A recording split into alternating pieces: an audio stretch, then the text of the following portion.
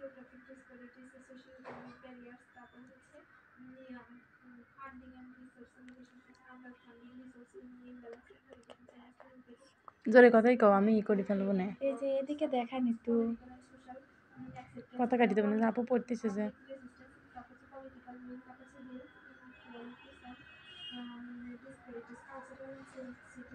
একটা হেলা দিয়ে রাখা লাগতো বুঝানোর জন্য না জিওগ্রাফিক ডিসপারিটিস, সোশ্যাল ইকোনমিক ব্যারিয়ার্স, তারপর হচ্ছে ফান্ডিং এন্ড রিসোর্স লিমিটেশন, আমরা ফান্ডিং রিসোর্স ইমব্যালেন্স, জোরে কথাই কও, আমি ই করে ফেলবো না। এই যে এদিকে দেখান একটু কথা কাটি দেবো না, আপু পড়তেছে যে।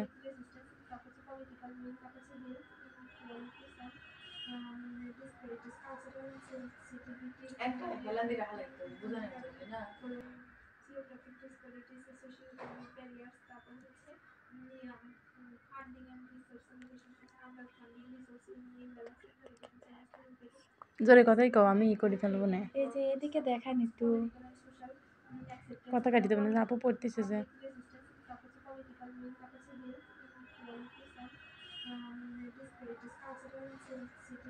একটা হেলা দিয়ে রাখা লাগতো বুঝানোর জন্য না জিওগ্রাফিক ডিসপারিটিস, সোশ্যাল ইকোনমিক ব্যারিয়ার্স, তারপর হচ্ছে ফান্ডিং এন্ড রিসোর্স লিমিটেশন, আমরা ফান্ডিং রিসোর্স ইমব্যালেন্স, জোরে কথাই কও, আমি ই করে ফেলবো না। এই যে এদিকে দেখান একটু কথা কাটি দেবো না, আপু পড়তেছে যে।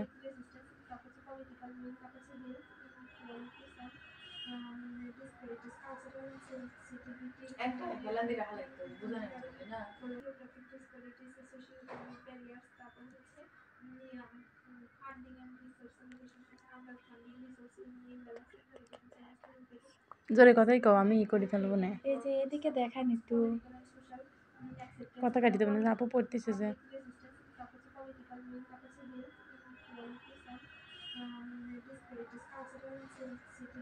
একটা হেলা দিয়ে রাখা লাগতো বুঝানোর জন্য না